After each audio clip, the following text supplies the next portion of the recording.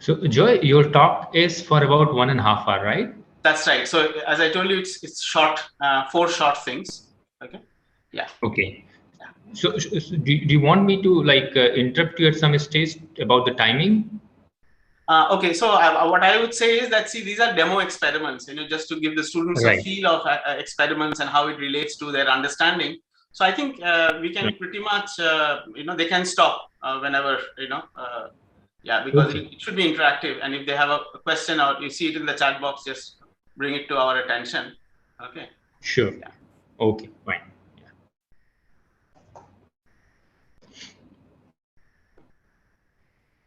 So Justice, you can make his collaborators co-host. Yeah, Vinesh Vijayan, right? I'm here, but I don't. You can remove me. Yeah.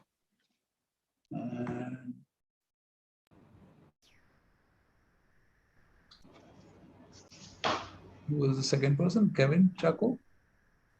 Hello, Jasid, you said something? Yeah, so Vinesh Vijayan, and who was the second person? Vinesh, Nisha, and Nagaya.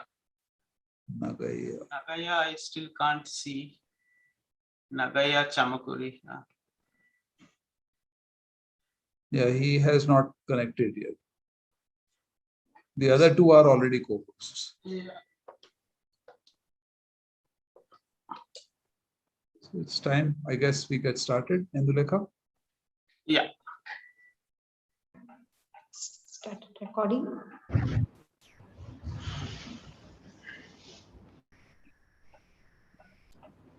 So shall I go ahead with the introduction? I think it's fine. Okay. So welcome back to the morning session. Now we are going to have Dr. Joy Mitra from IISER Trivandrum, who is going to talk about experiments and modeling in science. But before he begins his talk or demonstration, I would like to briefly introduce the speaker. Dr. Mitra completed his PhD from ISC Bangalore in 2005 and joined the School of Physics, IISER Trivandrum, in 2010, where he is currently an associate professor.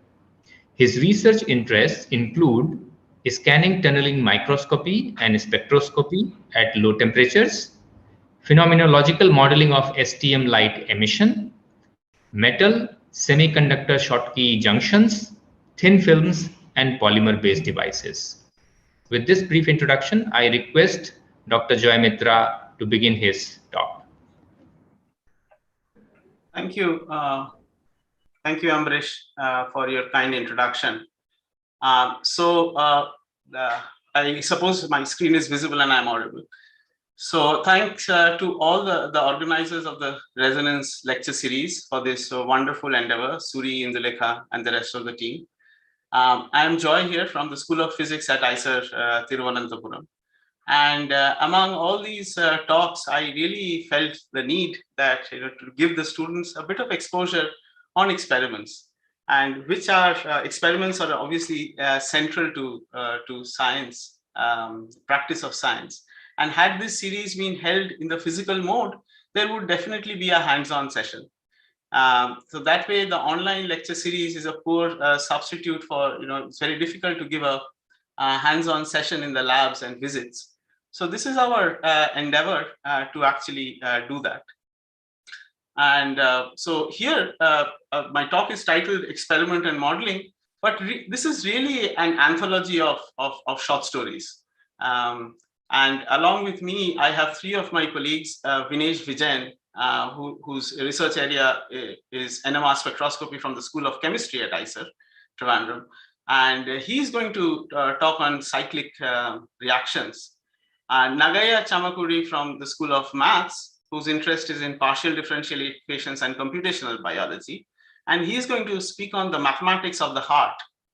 And Nisha Kannan from the School of Biology, who is going to speak on circadian clocks, which is also her area of research. And so we'll have these 4 short talks. So you see, what I wanted to impress upon the audience was the pursuit of science is a chain of events, and very often the chain of events goes like this. We have an experiment or an observation, and then we kind of hypothesize about why that happened, based on existing known analysis, or then kind of hypothesize extra stuff, and then we try to come up with a mathematical model or do some computation, try to see if our assumptions and our abstraction actually reproduces the experimental results to some extent or fully, and then compare. So these are the 4 steps. Which goes on in science and in research that we are all familiar with. But at the end of the day, what Feynman said is very true, that you can do all that, but if it disagrees with experiment, it's wrong. The hypothesis, the abstraction, it is wrong. In that simple statement is the key to science. Another great mind, a polymath called von Neumann, put it more explicitly. And what he said is that the sciences do not try to explain. They hardly ever try to interpret. They mainly make models. So experiments and models are two parts of which are inherent to this practice of science. And by a model is meant a mathematical construct, which, with the addition of certain verbal interpretations, describes observed phenomena. The justification of such a mathematical construct is solely and precisely that it is expected to work.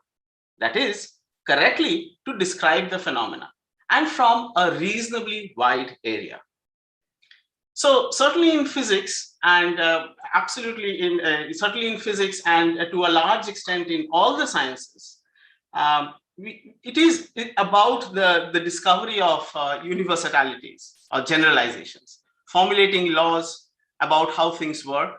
The practice of biology and medicine is perhaps a bit more specific, with niche events happening and applied. But overall, we do modeling at the scale of the universe, or on a smaller scale for a biological system, a chemical system, a physical system. And that is what scientific modeling is all about. So experimentation and modeling go hand in hand in our daily practice of science. Having said this, I would actually now go on to pick on something which Vijay Shenoy touched upon in his talk on the first day of the resonant lecture series, the story of twisted electronic phases. So especially for the sake of students, I just picked on his figures, that hoping that you have developed some familiarity with the things. And he spoke of phases, metals and insulators. So if you remember, he said that in a metal, you can construct certain things called the EK diagram, which is a variation of energy versus momentum. And you can see here that, just give me a second. And you can see here, you can see my pointer, and you can see here that this is the relationship between the energy and the momentum, the K vector. And then you actually fill in electrons. Now this graph, E versus K, is actually not given by the electrons themselves. They are given actually by the arrangement of the atoms in the solid, the crystalline arrangement of the atoms in the solid, and the potentials they create. In that, given that EK diagram, then we kind of fill in the free electrons in the system, and you see what Shenoy said, that you go on filling these unfilled states, each of these open circles, and the blue dots representing the electrons, and it is filled to a certain extent, depending on the total number of electrons in the system. And he went on to discuss excitations. When it came to insulators, and specifically band insulators, we realized that the arrangement of the atoms or the crystalline lattice is such that in the interesting energy areas, there is something called a band gap. And that is something which is very interesting, that while in the first case, it was more or less a continuum of states, in the second case, we realized that it is not such a continuum. It is not such a continuum, but what opens up is a band gap. Is a band gap here. You have a band on the top, and there is a band on the bottom. Okay, and I'm sure from your high school physics and your undergraduate studies at whatever level you're familiar with a band gap opening at the right energy. Shenoy went on to say that these insulators play a pivotal role in electronics. Doped insulators, especially what we call the semiconductors, are behind much of modern technology. So my part of the talk essentially has got to do with, can we actually visualize, or can we actually look at the effects of these bands that one speaks of? Because the bands are, after all, theoretical constructs. We have modeled the system based on certain quantum mechanical calculations. So what are the physical realities? So let's take a look at the semiconductors in a bit more detail. So you have these two bands, the top band on top, which is known as the conduction band, and the band in the bottom, which is the valence band. In the ground state, or at zero temperature, the electrons completely fill all the states in the valence band. But however, if you raise the temperature of the system, you give it a bit of, raise the temperature, give the electrons kinetic energy. And what you see is that the electrons at the highest energy can grab, can be excited to a state in the conduction band. So this state becomes empty, and that state becomes filled, as you can see by the color of the blue electron. So if this does happen, then we create what we call the electron-hole pair. So the electron moves on to the conduction band. What is left here in the valence band is an empty state, and that is known as a hole. And between this minimum energy, between this lowest electronic state which is occupied and the highest electronic state which is unoccupied, this gap here is essentially known as the band gap of the system. Now, as it so happens that you have somehow managed to excite the electrons either by pushing in thermal energy, or you can also do it by shining light. The photon energy is absorbed by the electrons to transit to the higher excited state on the conduction band. Once you have created this electron-hole pairs, it is equally probable that the electrons will jump back to its original state or recombine with the hole. And if that happens, that the electron recombines with its original state or with the holes, what we have is light. Now, it is not always that a photon will be emitted. The electrons can de-excite by various mechanisms. But when it does across a band gap, the probability is significantly large that actually a photon will be emitted, and that channel of de-excitation will be favored. Otherwise, if you manage to excite an electron somewhere higher up in the conduction band, let's say here, okay, the most likely way of de-excitation will not be by a photon emission, but will be more so by a phonon emission, and it will just slightly jump down to the neighboring state and jump down to the neighboring state, and so on till it more or less collects at the bottom of the conduction band. And there is no energy continuum below that, and then it is kind of forced to emit a photon and climb down to the valence. So with this basic understanding, and please, you can ask me questions if you at all, something is not clear. And with this basic understanding, then what happens is that the color of that emitted light, okay, since it is going to all the electrons excited are going to hop down to the bottom of the conduction band, and it is going to recombine with the holes at the top of the valence band. What happens is that the color of the emitted light exactly matches the value of the band gap of the solid state system. So therefore, the first take-home message is that if you can tune the band gap of the system, then you can also tune the color of the emitted light. And this is indeed what happens in a light emitting diode. Now, the advent of the LEDs, so there is a question which is called a phonon emission. Okay, so phonons are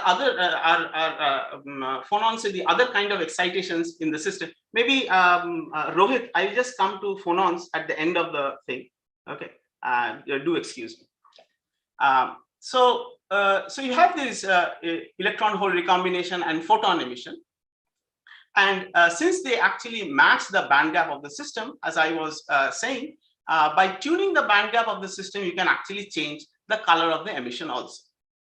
And this is exactly what happens in a light emitting diode.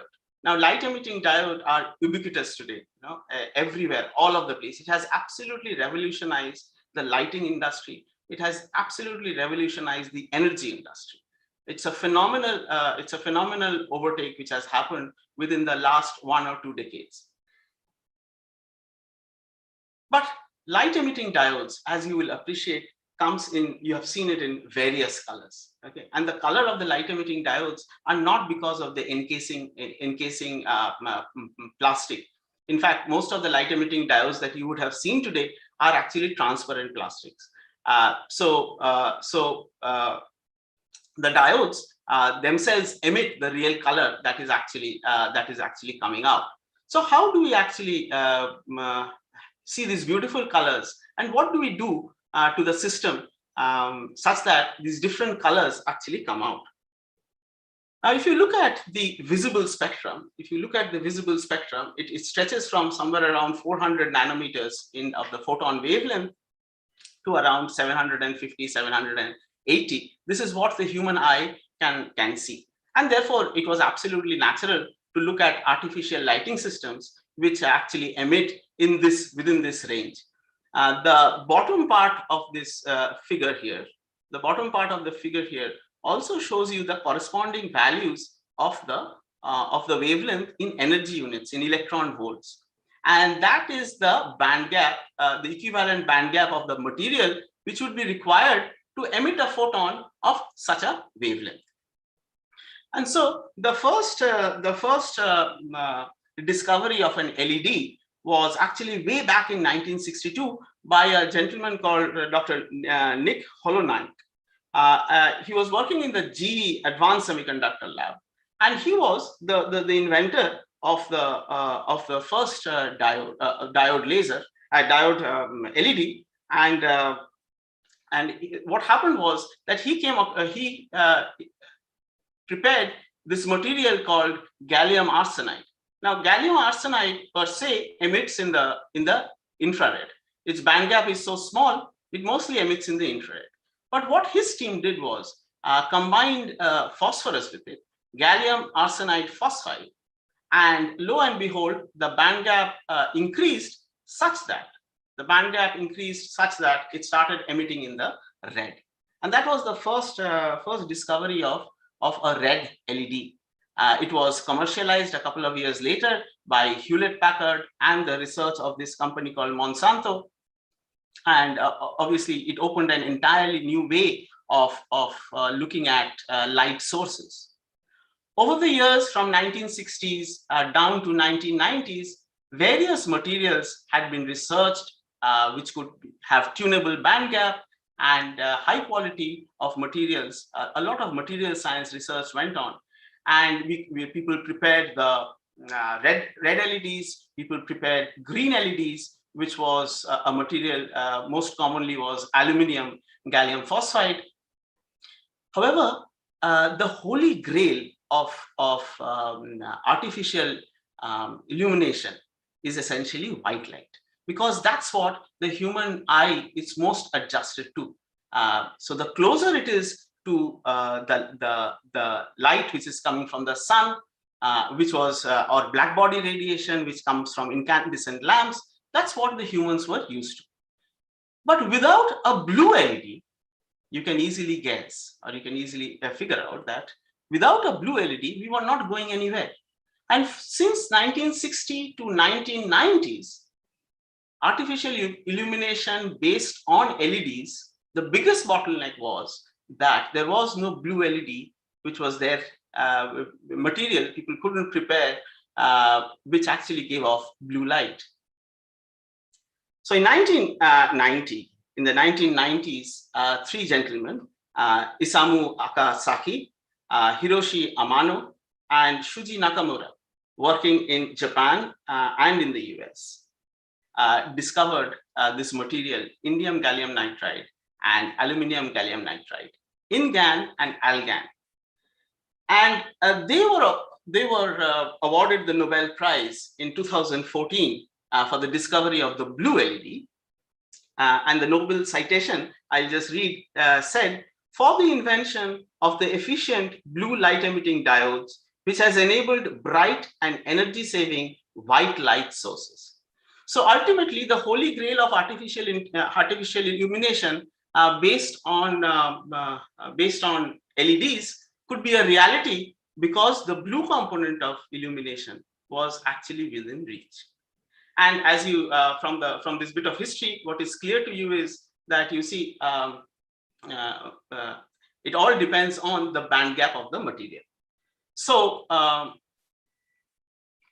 so what is the reality of the band gaps? And my experimental demonstration with this small background essentially relates on that can we actually visualize these band gaps? How do we see these band gaps or the effects of the bands and the band gaps very easily?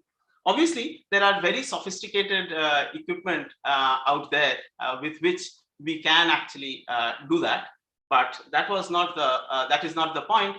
The point was that hands-on, can we actually visualize or see the effects of LEDs? So I will share my screen now. I'll just change to a video. Okay, and hopefully you can see my video, and I'll start. Yeah, again, you can stop me. So what's happening is one of my students is putting on an orange LED. You can see that there is a power source here, which is a 5 volt typical mobile charger, and there's a short piece of wire with a resistor and a couple of crocodile clips, which actually has the orange LED. Okay, and so he takes an orange LED and that's it. Okay, so how do we look at the effect of the band gap? So I told you the bands actually originate from the crystal structure of the ions in the lattice. So now, if I actually cool the system, any physical system, solid state, what happens is they will contract, and the position of the ions, their vibrations about their mean positions, everything will change. So therefore, that band structure itself is a very strong function of temperature. So if we cool this LED, the material's band structure and obviously the band gap is actually going to change. So let's see what happens to the color of this LED, which is exactly a measure of the band gap, when I cool it. But I have to cool it strongly. I have to cool it very strongly. And what we do is we take a beaker of liquid nitrogen. Okay, we take a beaker of liquid nitrogen, which is at 77 Kelvin, and we try to dip this LED very carefully inside that beaker of liquid nitrogen.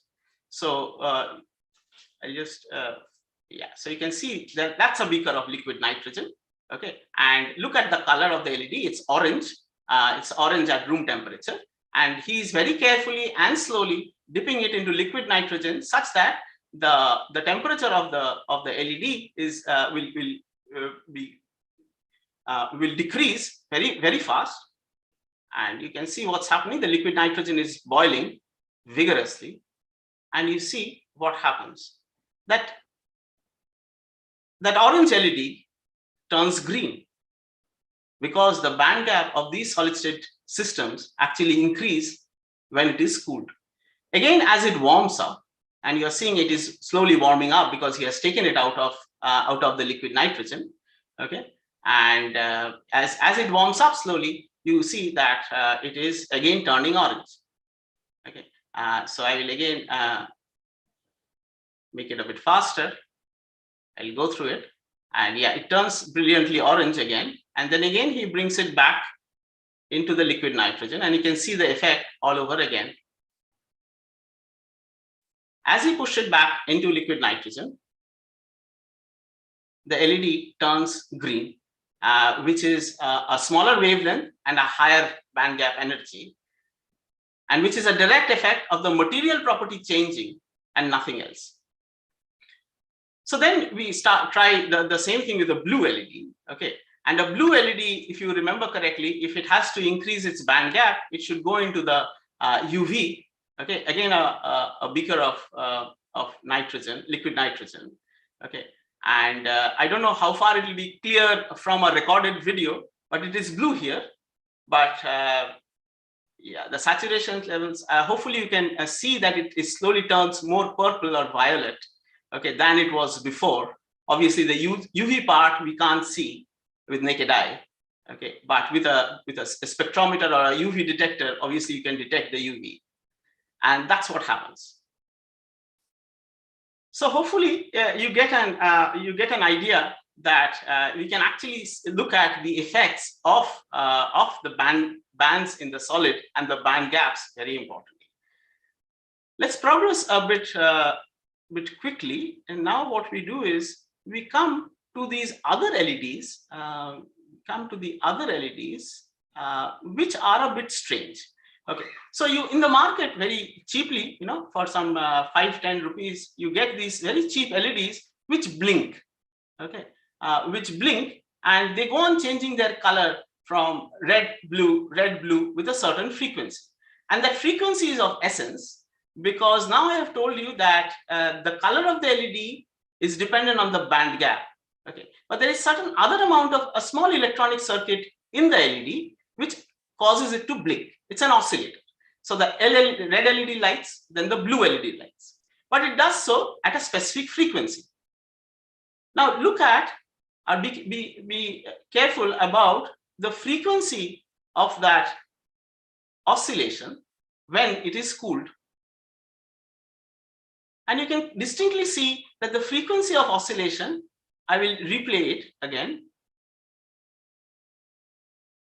You can be careful about the frequency, and it is oscillating almost at 1 Hertz.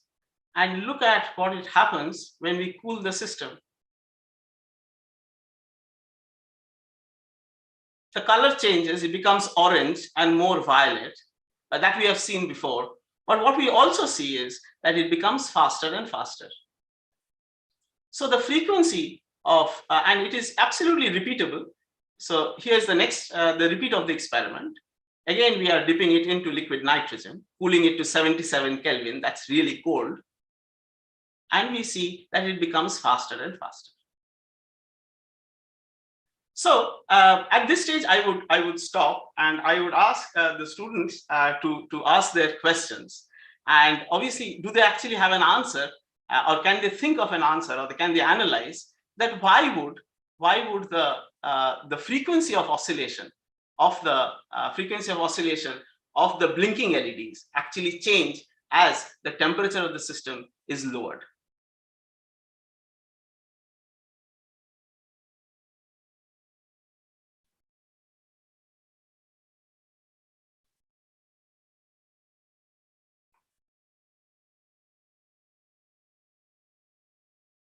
Venkatesh says Wayne's law. Wayne's law. So this is obviously not black body radiation, Venkatesh.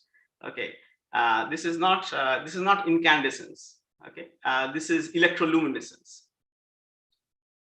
Okay, so so matter and radiation is not in thermal equilibrium with each other.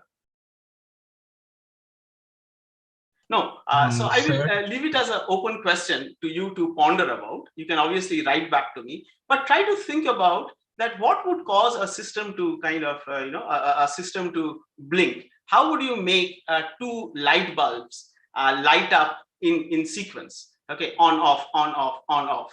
Okay? It's a kind of a circuit which is known as an oscillator. Okay, and to give you a hint, I can give you the question. Yeah. Am I audible? Yes, absolutely. So I think the reason behind the increased frequency might be because you might be using some semiconductor elements to kind of regulate this, and they also change in some sense. So that is exactly what I'm asking. Sorry, I didn't get your name. That's exactly what I'm asking you to think about, or try to do a bit of research, or try to look up that how does one actually, even if there were 2 different LEDs, it would not be very different, a red and a blue one. And I wanted to prepare a circuit which would cause it to blink in sequence at a certain frequency. How would I go about doing it? And once you can actually figure that out, what kind of electronic components? So there's a very small electronic chip built into that LED, which does this switching. And what are the essential components of that electronic chip? and what property would change such that it becomes actually faster and faster? Oh, okay, sir. Yeah, so it's a bit of homework with the demo experiment, okay, but which is really informative and worth following up.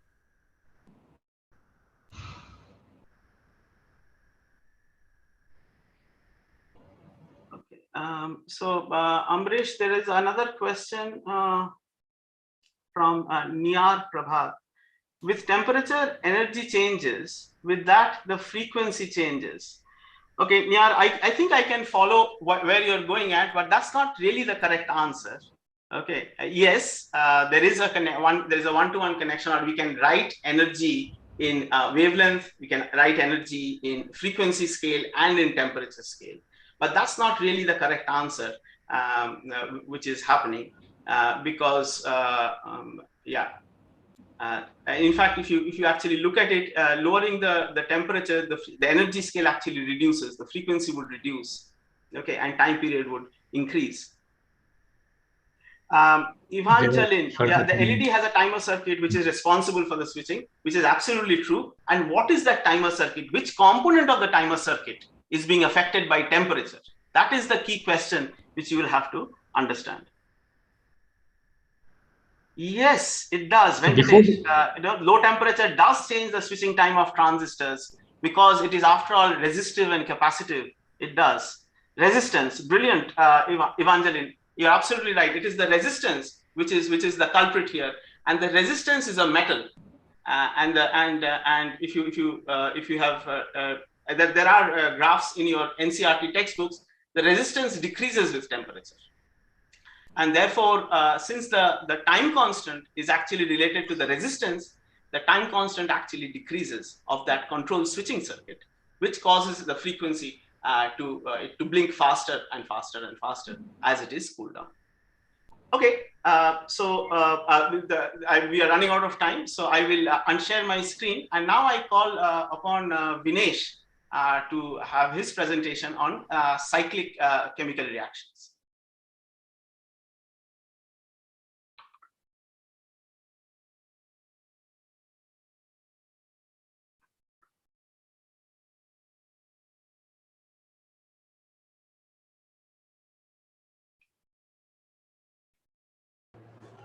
Hello, Joy? Yes, should I you're audible, Vinesh. I can't hear you. You can't hear me?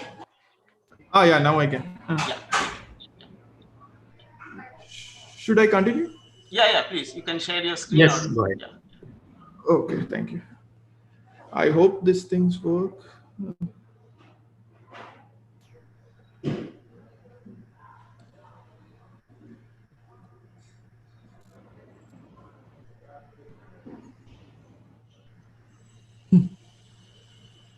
Is there an issue?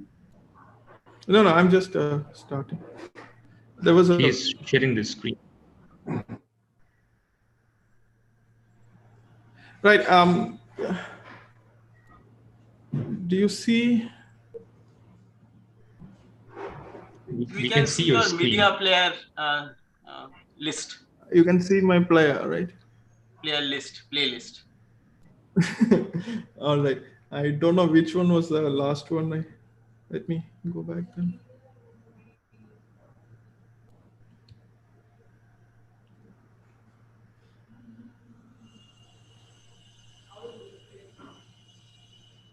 Do you see this? No? No, we can only see that playlist. Vinesh, one file is labeled as final, maybe that one. Next, you need to choose your. Yeah, now we see something. Okay. Hello, everyone. Okay. Before I start, yeah. So, good afternoon. I think good morning, everyone. I'll just play. We have made some videos here for the chemistry experiments. There is a voice over there, so I don't want to disturb when the voice is on. I thought that these experiments were for high school students, so I just made it for high school students. There was hardly any equations, but if of course all these experiments can be also modeled. especially the cyclic or the traffic light experiment, and one can actually do it. But right now I haven't done any modeling on that part. Okay. So let's enjoy the experiments and see how things work. This is an amateur video that we have taken yesterday. I edited it, so sorry for all the problems during the videos.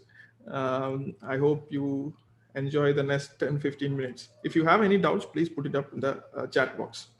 I am Vinesh Vijay from Chemistry Department, ICTVM, and this is Mr. Pradeep Kumar. Can you hear? Assisting me in the experiments today. No, you have to. The volume is very low. One is famously called traffic light. Okay, let me. Okay, maybe it is hearing through this speaker, I guess.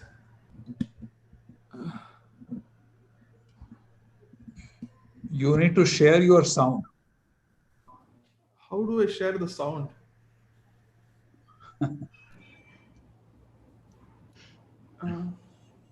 You go to share screen, there'll be an arrow on the right of that.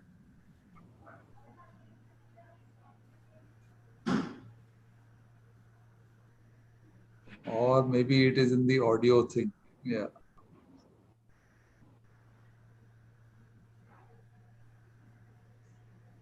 No, I don't see any. Yeah, so there should be basically something like share audio. When you, as Jazzy suggested, there will be a couple of options, and at the bottom, I got it. yeah, there is. I got it. Great. Oh, it's asking me to do something.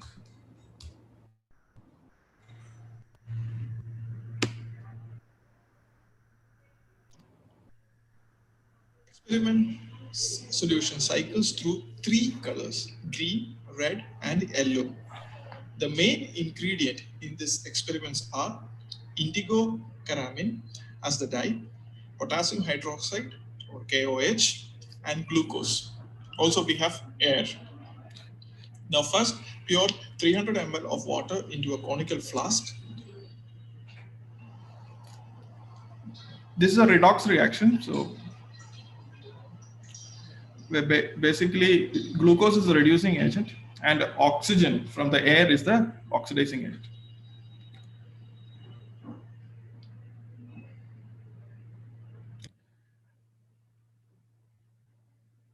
So glucose is added. Add 10 gram of sugar, glucose to the water in the conical flask. Then add 8 gram of potassium hydroxide or KOH as pellets into the mixture. So you have to make the solution alkaline. Vinesh, your video is not Highly moving. alkaline. Oh. Probably it is not visible to some people because I can see his video. Oh, okay. Sorry.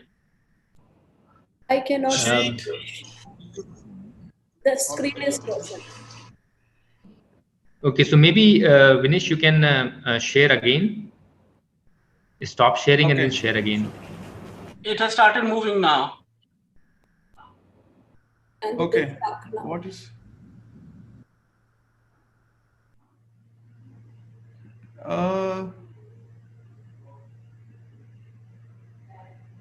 Open the indigo caramine dye bottle and add a pinch of the dye into the solution. Oh, man. I don't know where now it went. Wow. Take your time. It is try to share it again. Yes.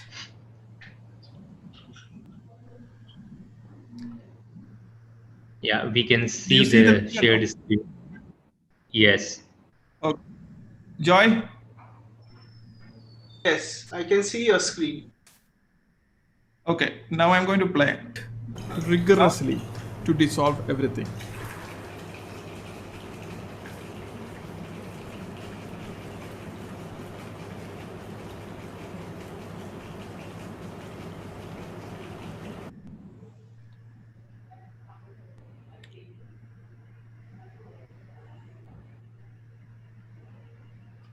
Make sure the pellets are completely dissolved. Open the indigo carmine dye bottle and add a pinch of the dye into the solution and shake well. This is a pH. This is both. This Vinesh, a request. Yeah. Can we start it again? Probably some people have missed some pieces, so maybe we can go a bit back and start again.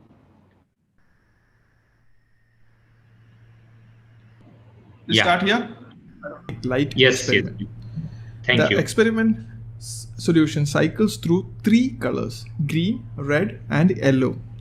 The main ingredient in this experiments are indigo caramine as the dye, potassium hydroxide or KOH, and glucose.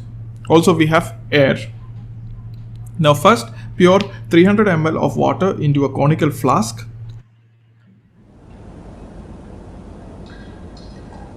So this is a redox reaction. The glucose is the reducing agent, and the oxygen in the air is the oxidizing agent. So it's basically a redox reaction. And we are basically monitoring through the redox indicator, indigo caramine.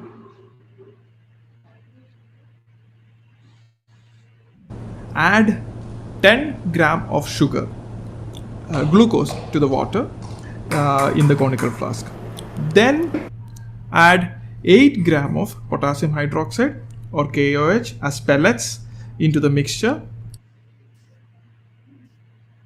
Of course, this pellets has to be shaken to dissolve. So you have to make it very alkaline. So high pH. Shake rigorously to dissolve everything. Somewhere around 13. Around 30.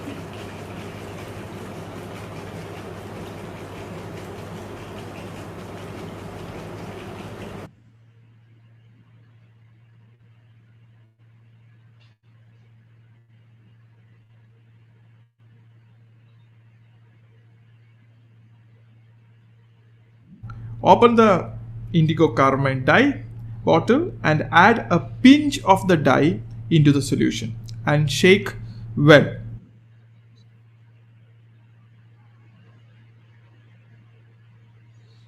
So this is an indicator. Indigo caramine is just, you get indigo caramine by sulfonating indigo. Indigo is a blue color pigment. Wars have been fought.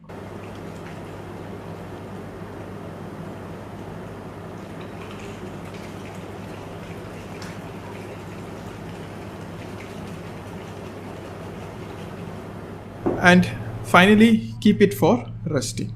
That's his hand there. Now see the magic as it happens. The green turns to red.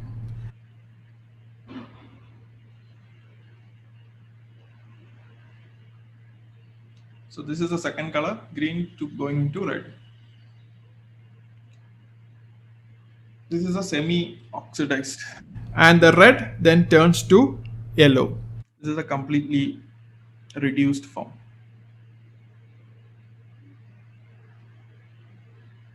Remember, I shaked it, right? What happens when I shake? That is when oxygen is getting incorporated into the liquid. More oxygen, that means. The explanation for this reaction is as follows. The indigo caramine is both a redox and a pH indicator. Since the pH is constant here, the dye here acts as a redox indicator. In the reduced form, the color is yellow. Carefully look at the protonation state of the oxygen in each structure you have on the screen, namely the oxygen which is either in a ketone or in the hydroxyl form. When the flask is shaken, the atmospheric oxygen is dissolved in solution and oxidizes indigo caramine to its green form. The glucose is a reducing sugar. In alkaline condition, it is converted to a enolate form. The enolate form reduces the indigo caramine first to a red semi-quinone state. So what is that? That is when one of the oxygen is in the hydroxyl group, the other one is in the ketone. I'm talking about the oxygen in the heterocycle, where you have the nitrogen state. Hence, it's called a semi-quinone. If both the oxygens are in the ketone state, then it is a quinone. This is an intermediate, which is again reduced to the complete reduced form of the dye, where both oxygen are in the hydroxyl form. The shaking the flask again introduces more oxygen, which then repeat the cycle. We can see it here. Yellow turns to green on shaking because now it is in the oxidized form. Oxygen is dissolving, and then it is able to oxidize the yellow reduced form to the green oxidized form. Later, the green gets converted to the semi-reduced red form when because of the sugar that is inside, the glucose that is of the dye, which in turn converted to the fully reduced form, that is the yellow color. The clock can continue till all the glucose is used up. So you can, when all the glucose is used up, you can just add more sugar and you can continue the clock. That reaction is irreversible because glucose converting to its oxidized form is irreversible. So as long as glucose is there in solution, this reaction continues. The second experiment is the fire extinguisher. This is not a clock reaction. This is to show experiment. This is a very simple experiment based on the principle of acid-base reaction. This can also be done at home. The main ingredient in this reaction are vinegar and baking soda, or chemically called 10% acetic acid and sodium bicarbonate. First, we light some candles. It's good to pray before an experiment.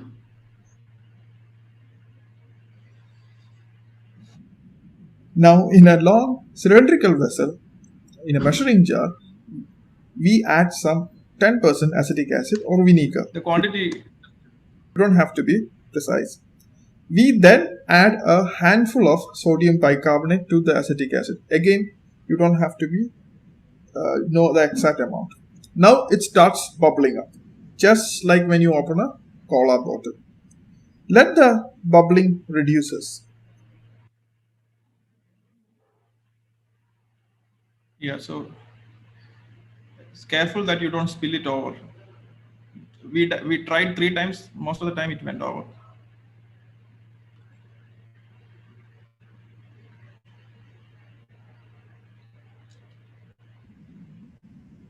Then slightly tilt the jar without pouring onto the candles. You can see now, one by one, the flames go out from the candles. You can also see that the smoke is going down. There is no liquid dropping onto the flame, but still the flame extinguishes.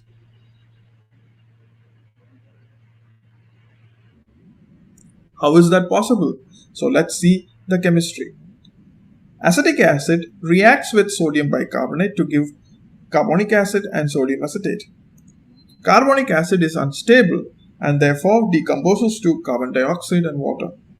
The bubbling we see is the carbon dioxide coming out of solution. There are 2 major properties of CO2 which makes the extinguisher actually work. It is a well-known property of CO2 that it is a non-inflammable gas. CO2 is already in an oxidized form. You cannot make it more oxidized than what it is. CO2 is also heavier than both nitrogen and oxygen. The density of CO2 is 1.98 kg per meter cube. The density of oxygen, on the other hand, is 1.429 kg per meter cube. And also the density of nitrogen is even lesser, which is 1.25 kg per meter cube. Therefore, CO2, carbon dioxide, sinks to the bottom, displacing oxygen and nitrogen gases. This is the reason We can't use nitrogen for fire extinguisher as nitrogen is lighter than oxygen and therefore will not displace oxygen, which is a fuel for the fire that you already know. That is why this reaction actually works. The CO2 is heavier, and that is why it is going down and then extinguishing, displacing oxygen, therefore killing the oxygen, and therefore you don't get any fuel for the fire to burn. You can also see the smoke is going down. That is because the carbon dioxide is pressing it, going down to the bottom, sinking to the bottom. That is why it's taking the smoke also with it. We can also see that this reaction is endothermic. The water is condensing outside the beaker wall, showing that there is a drop in temperature with the reaction. Reactance temperature, the thermometer dipped in acetic acid showed a temperature of 25 degrees Celsius, while the temperature after the reaction dropped to around 20 degrees Celsius. It's very hard to see, but believe me. There is clearly almost 5 degree drop in temperature. You see the red one? It goes from minus 10, I think, minus 10. Characteristic of endothermic reaction. The third experiment in this set is the iodine clock reaction. It is basically the simultaneous appearance of deep blue color in all the flasks. It's also a redox reaction. First, we set a 5 conical flask and fixed amount of KiO3, potassium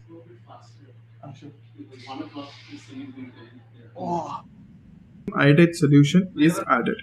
The concentration of the KiO3 is same in all the conical flasks. Now, in a measuring cylinder, different concentration of sodium metabisulfite Na2S2O5 with starch is added. The concentration of metabisulfite increases from right to left. The starch concentration remains same.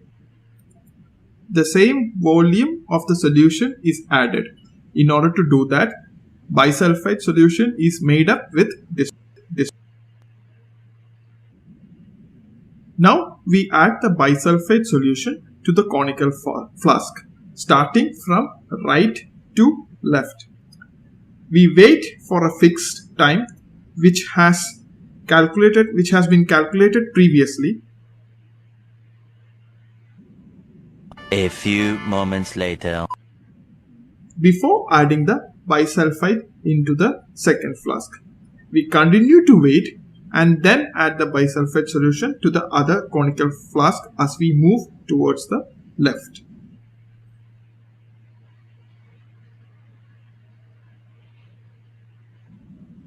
A few moments later.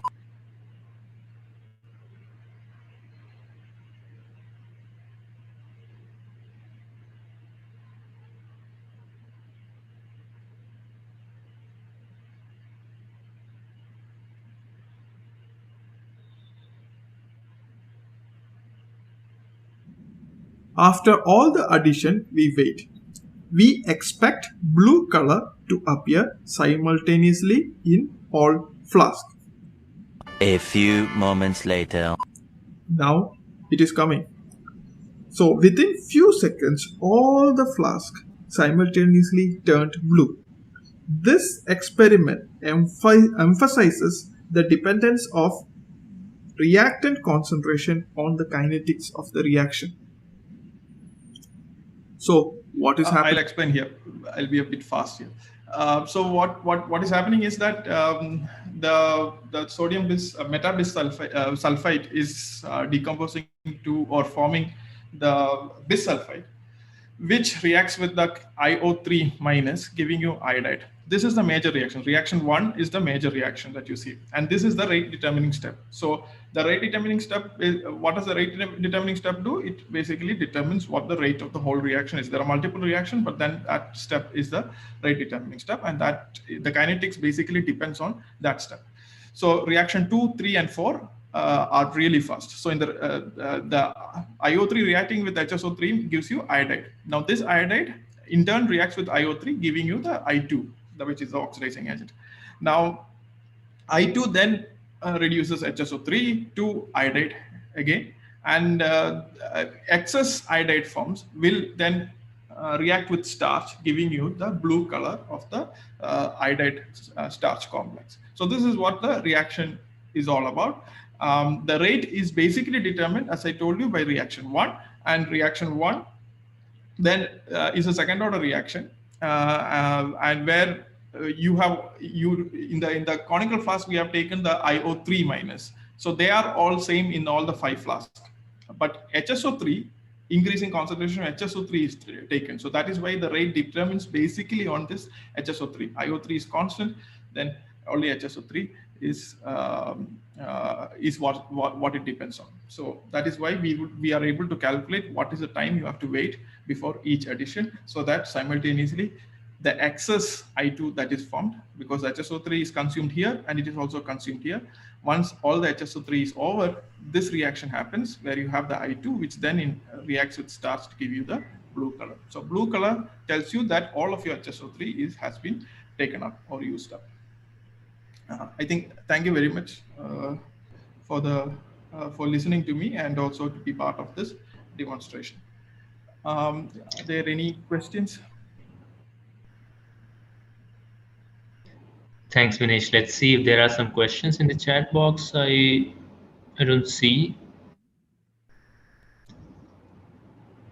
I don't think that this one is relevant to us. Is the time of the physics class rescheduled? Okay, I don't know. So maybe we can actually continue with the next speaker.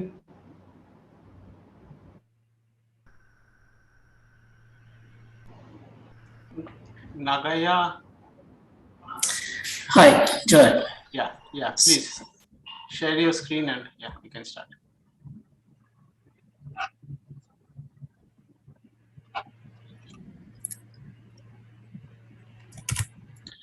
So do you see my screen? Yes.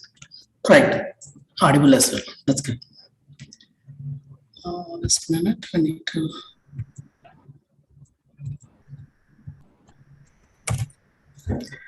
Okay. So good morning, everyone.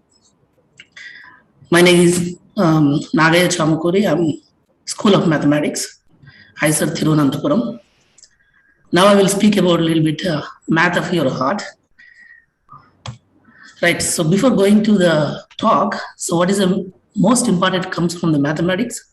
So if you want to do any mathematics or any mathematics which is applicable to some experiments, so we need to know the background of the application. And then once we have the background, so the mathematical modeling guys step in and do the modeling. Once we have the model, to at least to validate the experiments, so we need some simulation toolbox or development of the code and visualization.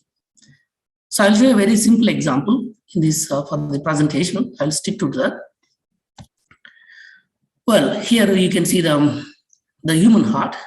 So we know very well that the heart is a powerful muscle that beats without stopping throughout a lifetime. Here I will show a small clip of the heart.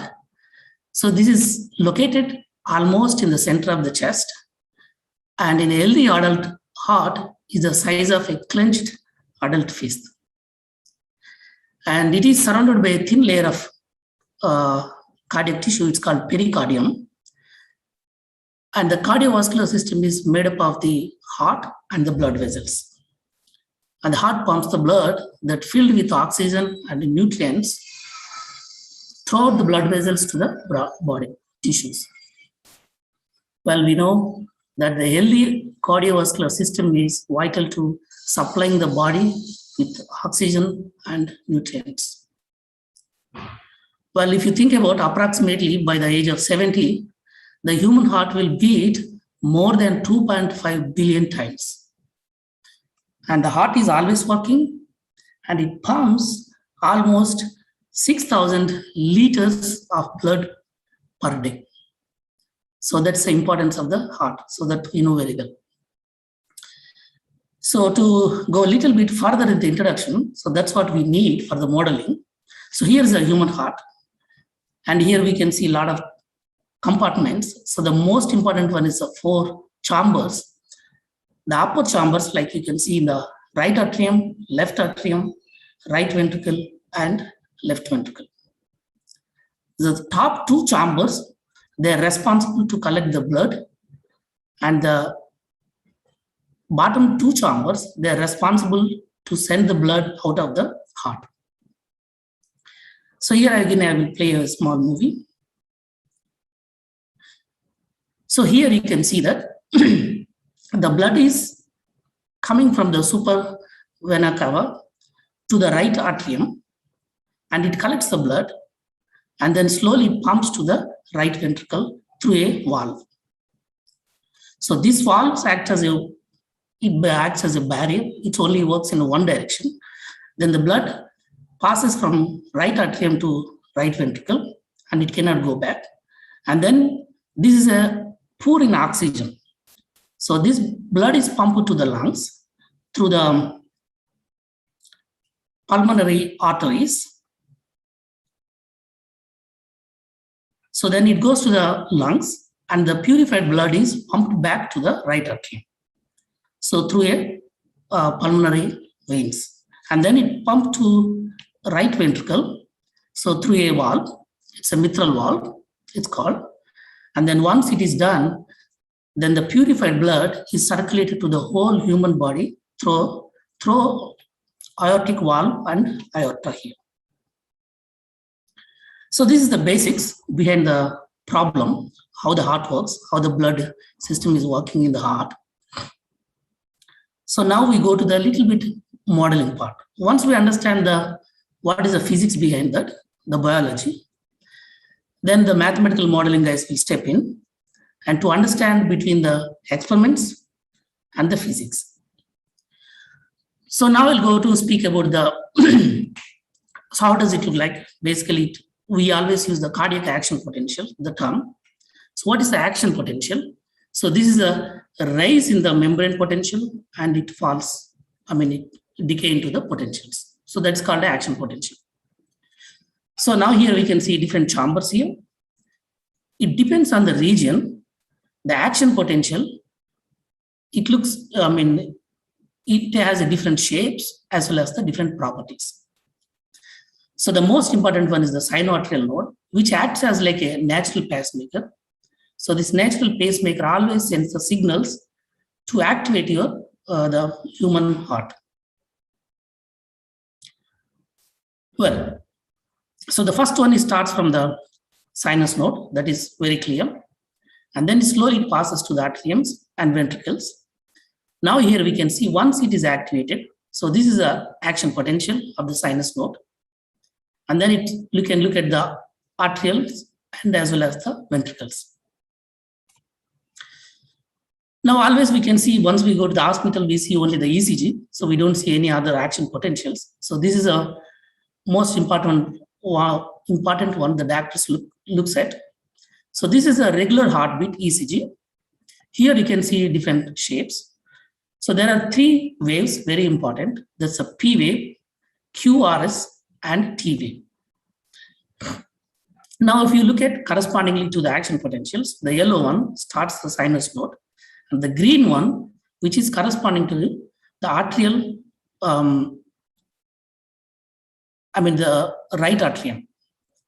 So this is the first deflection, so in the system, and then slowly sometime it stays, and then it goes down, and then it goes up and down. So this is the most important, always the speak about QRS complex. So that is related to the ventricle muscle. So which is mainly responsible pumping the blood to the lungs as well as to the human body. And the T wave, so this is basically, it's like when we say excites, so it's called a depolarization. So then it goes to the peak, and then slowly it decays, it stays for some time, and then it slowly comes to the resting state. So this is called the repolarization phase. If we look at, this is a normal heartbeat for 2 heartbeats, and this is a corresponding when the initial stage of the heartbeat, heart attack. So it's called reentry tachycardia. Here we can see the T wave as well as the QRS little bit deviated. And then instead of 2 beats, so we can see 4 beats. So that means your heartbeat is increased. So that is the initial phase of the heart attack. And this again to the most dangerous situation, it's called atrial fibrillation. Here we can see, we cannot see any waves like the T or QRS, any properties it cannot deserve. It's very irregular. And in this case, heartbeats goes to like 180 or 200 something. So then it is a most dangerous situation. So this is very well known. That's one of the important disease in the world. And do the experiments, do the development of the drugs. So everything. So that's cost very, very expensive. Huge amount of money.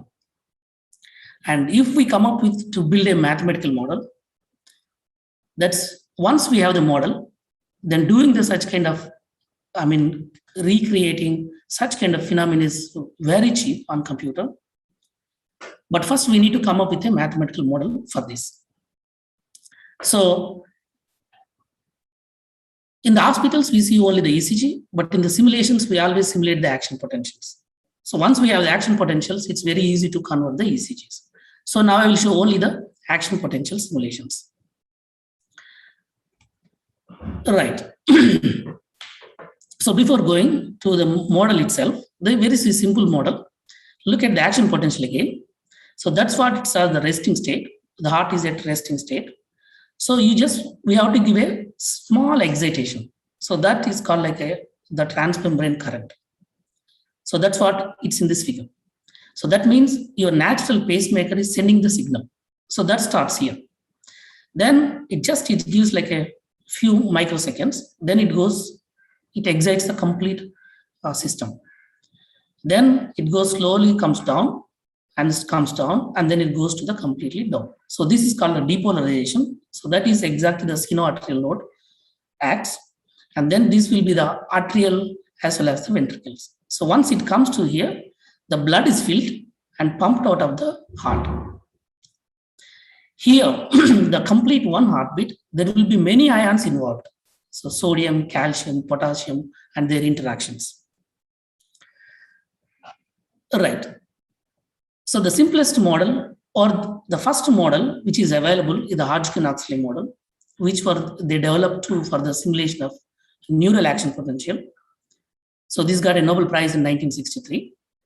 So then slowly developed, the first experiment was, the mathematical model was developed by Fitzhugh-Nagumo. So this is like a 2 equations. It's very simplified. So what it will do is, so we know that the dynamics, which depends on time, it varies over the time. So that is the rate of change. The rate of change is the differential equation. So that comes the differential equation here. So this, whatever you look, action potential, it's called a membrane potential. So that is this equation. And then you need the driving force to bring back some ions, here many. So the simplest model, we take only one ion. So let's like this is related to your ion. Now with this simple 2x2 system, it looks very simple. Then can we reproduce such kind of action potentials? So once we have it, then we go to the real human heart or rabbit or any mouse, then increase number of ions, then we can simulate it. So as I said, there are 2 equations, and one is like a term which acts as like an excitation, stimulus for the heart. So here I will show a simple demonstration for the 2x2 system, how important the each and every term as well as the parameters. So this is a simple 2x2 system, as I mentioned. So you can simply write in MATLAB code, use some inbuilt solvers. It's like 20 or 30 lines. It's not much.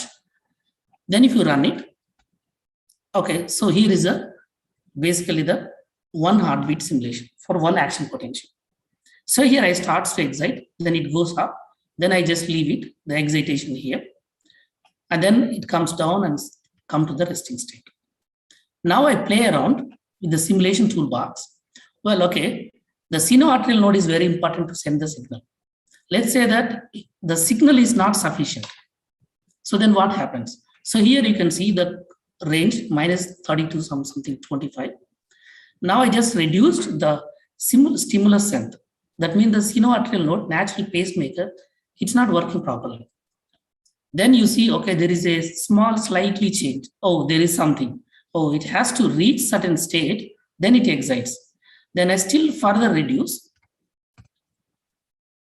So then what happens? Now you see it goes only from minus 32, minus 20, it comes down. So that means it's not fully excites. So that means there is a problem in the electrical stimulus. So in that case, the blood cannot be pumped properly. So such kind of experiments using the simulation toolbox is much easier. Okay, for instance, so now the stimulus is working properly. Let's say my ion, one of the ion, like say sodium or calcium, which is not damaged or something not working properly, then I just change it. So what will happen in the simulation? Okay, so now you see instead of 400, 250 milliseconds, so it goes up to, okay, 500 is, it's not coming down. So that means your heart is slowly work. I mean, the heartbeat is very slow. Now still I decrease further. So you will see a different phenomenon. And then if I increase a little bit, then you will see it will not come out. I will increase the time as well, like 2000. So then you see that it just stays here and it is not coming down. That means heart is still trying to fill the blood, but it cannot pump. So the simple model, simple parameters, and if you have a simple simulation toolbox, then you can reproduce many characteristics. Well, this is a simple ODE code. And that's a very simple model. Now, if I do some kind of dangerous situation in the 2 dimensions. So this is like a simple, you take like a cardiac tissue, which is small size, like a few millimeters by few millimeters. Then you can think, okay, I'm just exciting here, the stimulus, like a sinoatrial node. And then I just excite. And then it goes up to the one end. So that's what you see here. So I'm just plotting the solution here. Then it comes to the resting, and then again I excite, and then it goes to excitation stage and comes back to the resting state. So that's the two-dimensional simulations. But here is the action potential. That's what we simulate with the same model. Now I go to the real experiments, which is we would like to compare. Let's say rabbit ventricle model. So there is like a one model we already. So which has, now you see many ions are involved, not only one. So that means your system of equations increased. Then let's suppose I want to go a human ventricle. It's developed by O'Hara Rudy. So which increases to 16 ionic currents. There will be 41 differential equations. So that involves a lot of complexity. Now, first question is, how do you come up with solving such a large system? And your heart itself is a very complicated structure, which is not a regular geometry.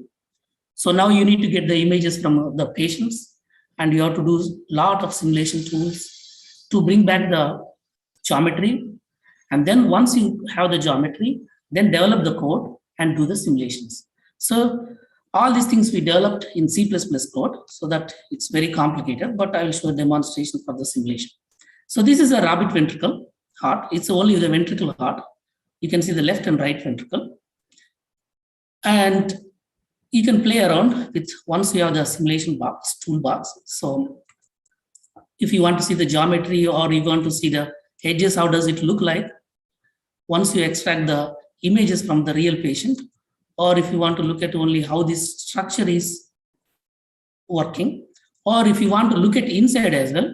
So this is also possible. Okay, so here you can see only the part of the geometry. So here you can see inside, you can go and everything you can see. So how does it look like? Even you can see cross sections. So once we have it, but anyway, I'll just skip that. So let's have the simulation just to run it. So I just take the point here. I want to see what is how does the action potential looks like. So I excite the stimulus here. So then this, you can think about your regular heartbeat, but there is something happening in the heart. Well, there is another excitation is coming from somewhere. Then this introduced like a kind of reentry phenomena, what I have shown in the first picture. So that means not only the sinoatrial node, but there is a one extra some dead part of the body, so which really cannot react. So that can really generate extra pulses. So this is a action potentials. It's very tedious to see, but I will show. Suppose if I reduce the time, I just want to see only for like 2 milliseconds. Okay, there is nothing. So then I will just see 20. Let's say 200. Now you see that there are 4 action potentials. Now if I want to see for more, then you can see more as well. Here you can see that due to these excitations, the pulse, the length is shorter, as well as they are not seen. The maximum threshold value is not seen. So that means we cannot see any regular heartbeat. Okay, so that's all. So that's a very simple experiment with a simplified models. But yeah, so the challenging part is for anyone, even for undergraduate or for researchers. So how do we simulate? So once we have the simulation, or once we have the model, so we need to develop a mathematical modeling as well as the simulation toolbox to see it.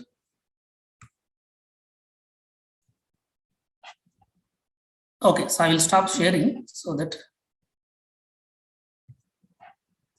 I can take questions if you have anything. Yeah, if there are some questions, you can ask. Oh, sorry, 1 minute. I need to increase the volume. Yeah. Yeah, sorry, go ahead. Yeah. So let's see if there are actually some questions.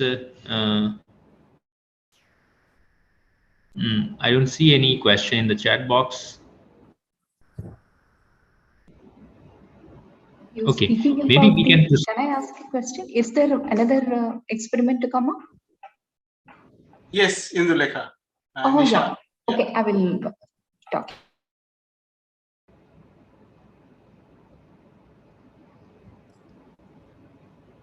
Yeah, Indulekha, do you have a question? I will ask after the next experiment. Okay.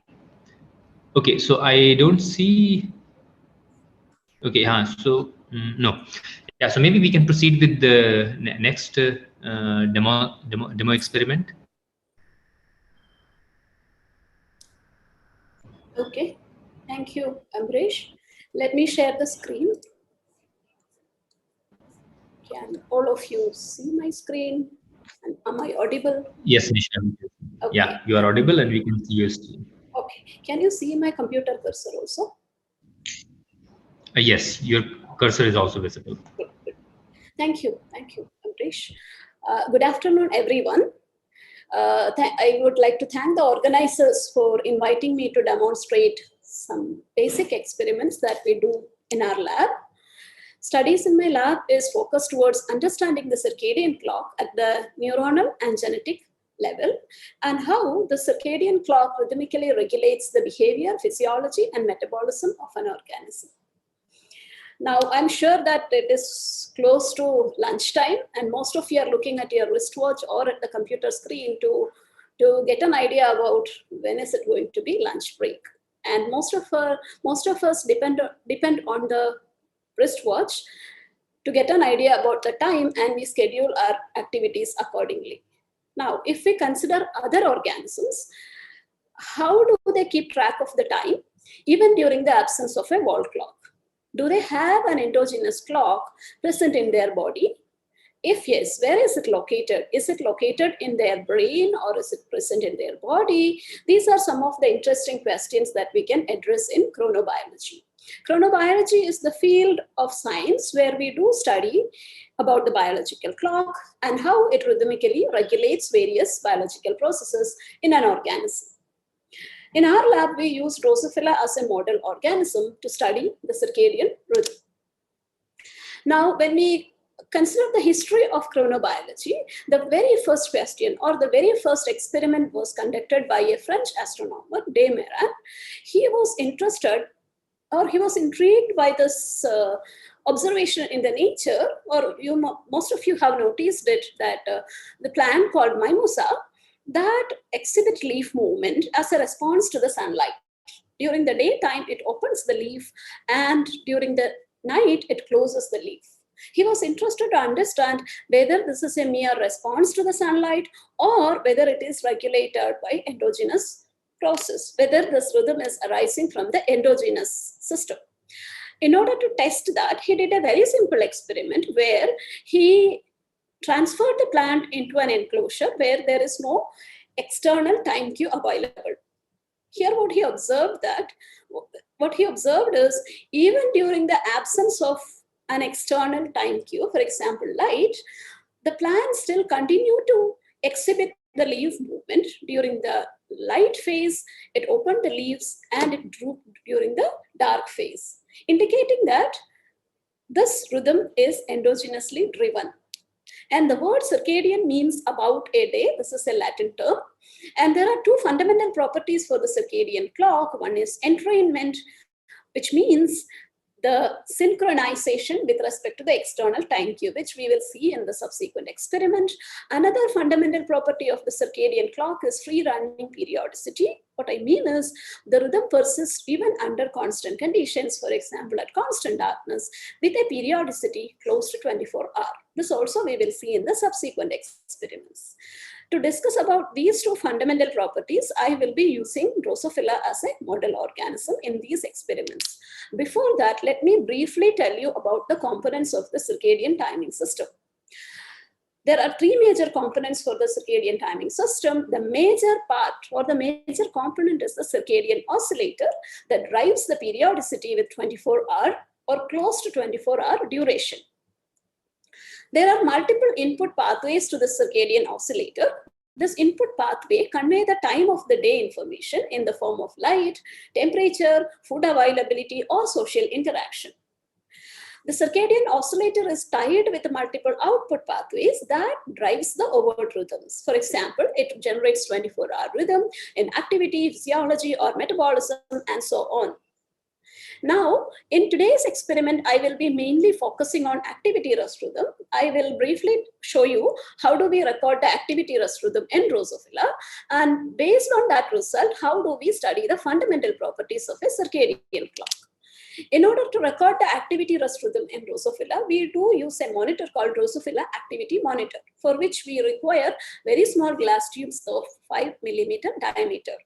And as you can see here, for this tube on one end, we provide fly food and we seal the tubes, as you can see here in this video.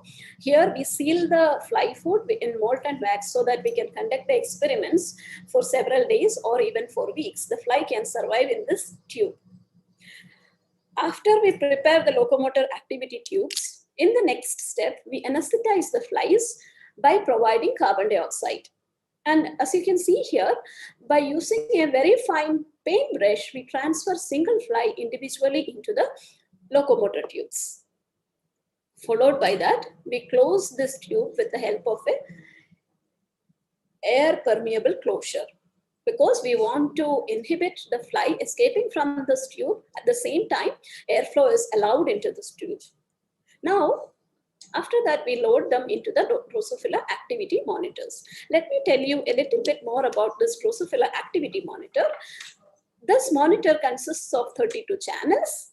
And as you can see here, we are loading the locomotor activity tubes here by making sure that the monitor holds the center of the tube. That is very important. I will tell you why is it. And here, please note that we are going to transfer it into the incubator. Inside the incubator, we provide required conditions, which I will mention briefly later. And we are connecting it with a connecting wire to the recording computer. As I'm going to tell you about the fundamental properties of the circadian clock, One is entrainment, the other one is free running periodicity. To study entrainment, we do provide the environmental conditions of 12-hour light, 12-hour dark cycles inside the incubator. That is for the initial 5 to 6 days. Followed by that, we will transfer them to constant darkness so that we could study the endogenous periodicity of the circadian clock. In addition to that, we maintain the environmental conditions strictly. The temperature is 25 degrees Celsius. Humidity is also maintained around 85%.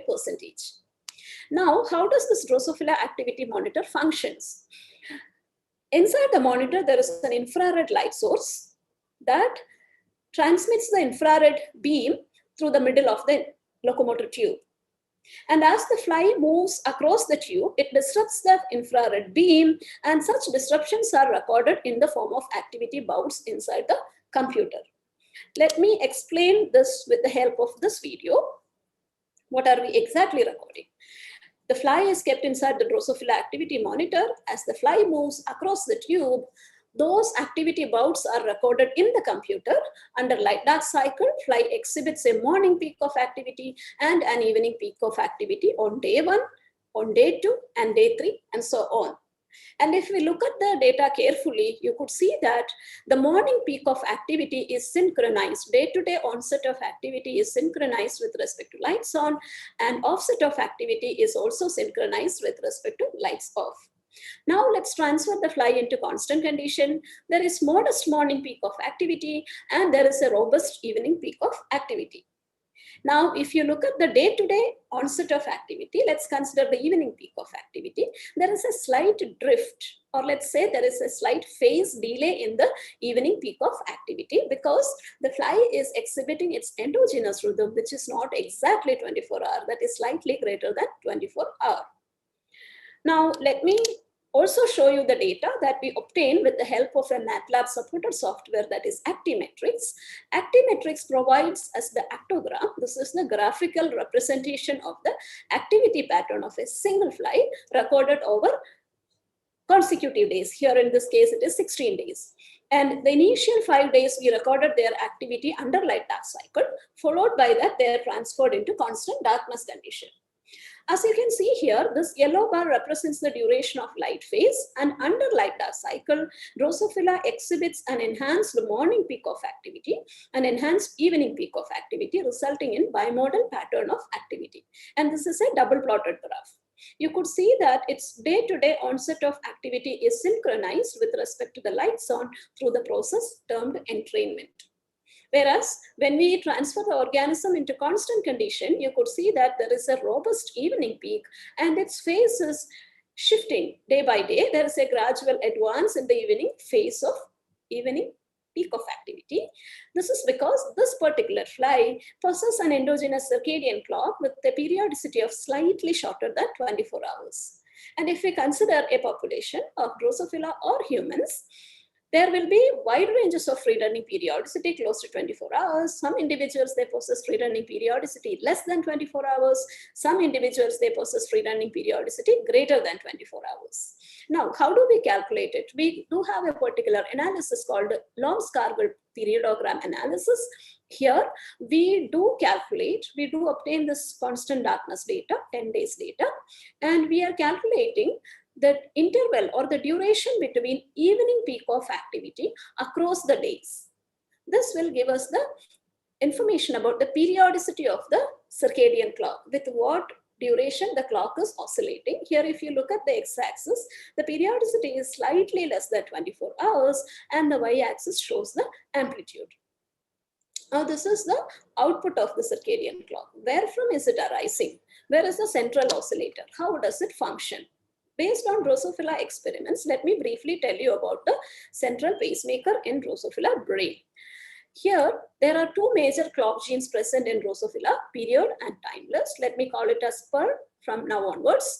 And as you can see here, during night, these two genes transcription is activated by clock and cycle, and the product proteins are accumulating in the cytoplasm. You can see that period and timeless is heterodimerizing here, and it accumulates in the cytoplasm during the dark phase or during the night. This happens even in the case of humans as well. And once the concentration of this protein increases. It reaches to the threshold concentration. Gradually, these heterodimers will move into the nucleus via the nuclear pore complex. Then it binds to its own transcriptional activators such that the transcription is inhibited. Now, the light comes on during the day, during the sunrise. Timeless is degraded by light. Period cannot be stable alone, so it also undergoes ubiquitination and it degrades. Now again, another cycle, whatever I explained, that same cycle is restarting. This entire process takes 24-hour duration, and if we look at the oscillation of these proteins under 24-hour scale, you could see that under light dark cycle, period and timeless oscillates with a peak during the dark phase, during the night, and that is antiphasic to the oscillation of clock protein. Now, if we mutate any of this clock gene, if there is a loss of function of any of these clock genes, that will drive behavioral arrhythmicity in Drosophila. As you can see here, this is per null flies where there is loss of function of the particular gene, and these flies are unable to consolidate their activity and they remain active throughout the day, irrespective of whether it is light or dark. Hence, these clock genes plays an important role in mediating the behavioral rhythm. This is equally important for most of the species, and not only in Drosophila, this is important for mice, mammals, and so on. Now, where is the circadian clock located in Drosophila? There are, based on the expression of the clock proteins that I discussed in the previous slide, there are approximately 150 clock neurons expressed in the fly brain. Those neurons are called, or they constitute the circadian pacemaker in Drosophila. Now, what about humans? In humans, the biological clock is located in the brain at the base of the hypothalamus. They are small wing-shaped structure, which we call as suprachiasmatic nucleus, or SCN. Now, rest of the experiments, whatever I'm going to explain to you briefly, those are not done in my lab, but I'm explaining it for your information. Here, these experiments are done in mice model organism. They have cultured the mice SCN neurons.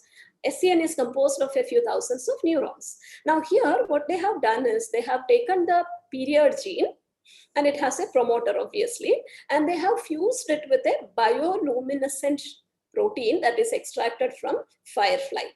This luciferase can emit light in the presence of oxygen and its substrate. Now, what is their interest is, what if we culture the SCN neurons by expressing this construct? If period gene expression is rhythmic, during the dark phase, there is an increase in period protein, and during the light phase, it decreases. It is expected that the luciferase bioluminescence will also increase during the dark phase, and it will fade away during the daytime. This is what they have recorded. They have cultured the SCN neurons with this construct, and they recorded the bioluminescence over several consecutive days. And let's look at the results. See here, over the time, there is increase in the bioluminescence, then it fades away during the daytime, then it again increases during the daytime, suggesting that the circadian pacemaker itself is expressing some proteins, not only there are large number of proteins that are being expressed rhythmically, and it drives the behavioral rhythm such that the activity is scheduled at the appropriate time of the day. Is it only restricted to animals? Is it present in plants also? They studied that as well, and by using Arabidopsis as a model's organism. And what is observed is, in this experiment, they have fused the clock gene of Arabidopsis with the bioluminescent luciferase gene. And what do they see is they have recorded the bioluminescence over 3 consecutive days under light dark cycle. You could see that, as the time progresses, there is an increase in the bioluminescence, and on the next day during the daytime, the bioluminescence fades away, suggesting that this circadian rhythm is present in wide ranges of organisms, including insects, mammalian, humans, and plants as well.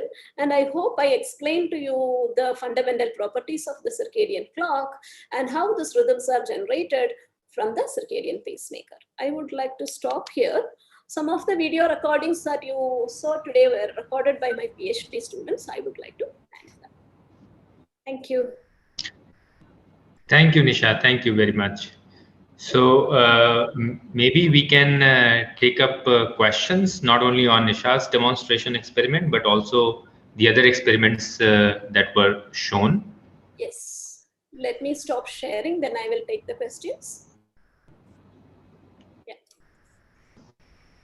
So please feel free to ask questions. Yeah. It's lunchtime, so you don't want to ask questions? Or feel free to ask questions if you have any. Venkatesh Jha has raised his hand. Okay. Venkatesh. Yes.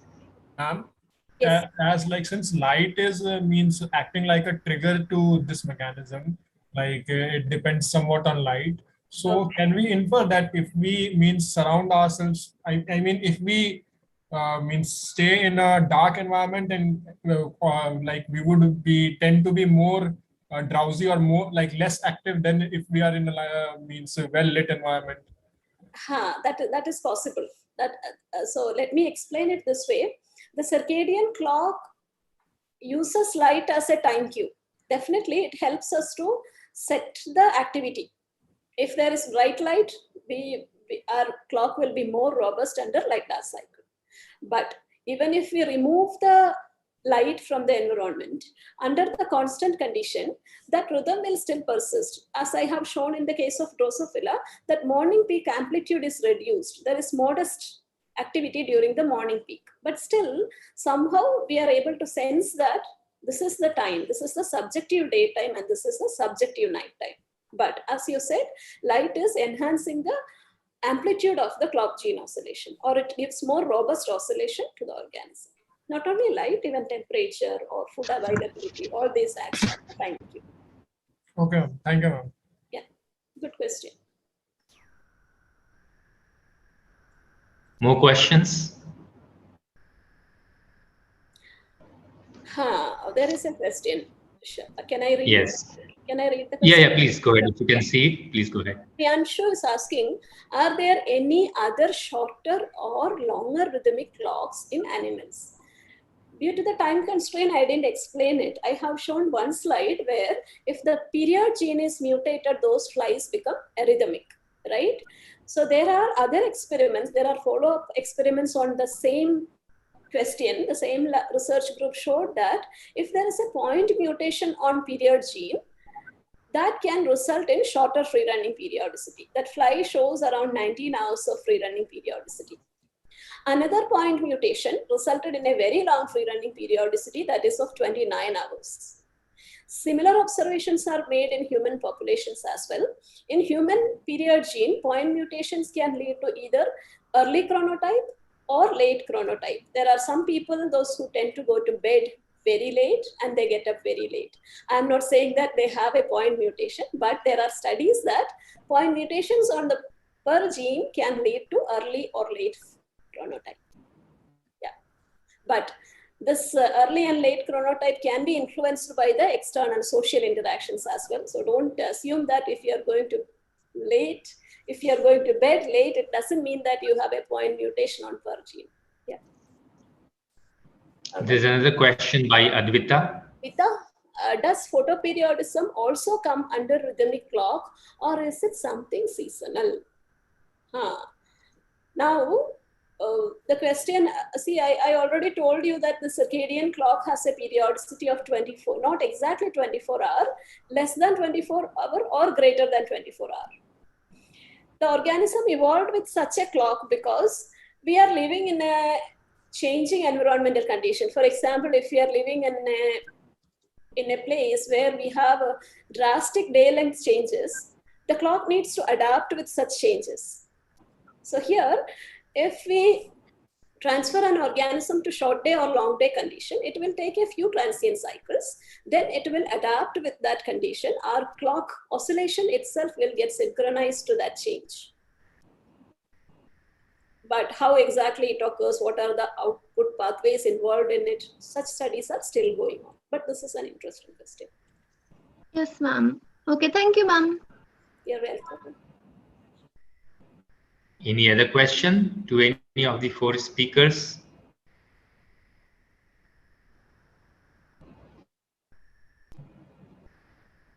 I think that's okay. Ambrish. Yeah, I don't see any raised hand or any other question in the chat box. So let me. Can I ask my question now? Yes, two yes. short Yes, please, questions please. actually. I think One was to Nisha, that evening peak activity, that also seemed to show some sign of oscillating. Like it just almost looked as though it was also on a sine curve. Whether that is true. The other question was to Nagaya. You have this huge number of coupled equations and a number of parameters.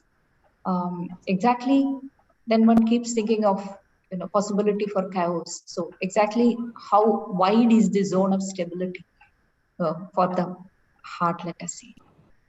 Nagaya, you may go ahead and answer your question. I will address it later. Yeah.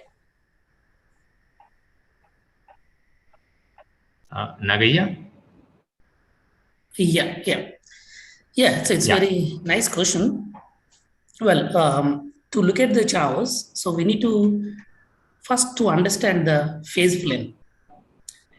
So the basic thing is that comes, that depends on the ions. As I mentioned, all the ions is related to the second equation W. So if there is any kind of issue or problem with the ions, so that really excites the further excitations in the heart. So that leads to a reentry phenomenon. So that's what I have shown in the third movie. So where it's related to the ventricular fibrillation. But to understand more parameters, so one has to look at the bifurcation diagram or the phase plane diagram. Okay, thank you. Dr. Indulekha, to address your question, I require a little bit more clarity on that. What do you mean by evening peak is oscillating? No, you said the evening peak was drifting. Yes. How far will it drift, or will that also show an oscillation? That is. Okay, so what I wanted to say is it depends on how much time is required to complete one cycle of protein oscillation. If protein oscillation is completing within 23.5 hours, the advance will be for half an hour. From 24 hours, one oscillation will complete in 23.5 hours on day 1. The very next day also, there will be an advance by another half an hour. If the clock is very precise, every day there will be an advance of half an hour. I hope I addressed your question. No, and then what happens? It keeps advancing, so it keeps moving towards the morning, right? Yes. So see, for example, humans, we don't live in constant condition for very long time. So hence what happens is, if we are exposed to light dark cycle, instead of keeping on drifting, the light will set it. Light will reset the phase of it so that the onset is set to lights on. Then it again starts oscillating with exact 24-hour period under light dark cycle. But if the time queue is not there, there will be a shorter free running periodicity that will be shorter by half an hour. Okay, thank you. Yeah. All right. Okay. So if there are no more questions, then maybe we can first thank Joy, Vinesh, Nagaya, and Nisha for their demo experiments.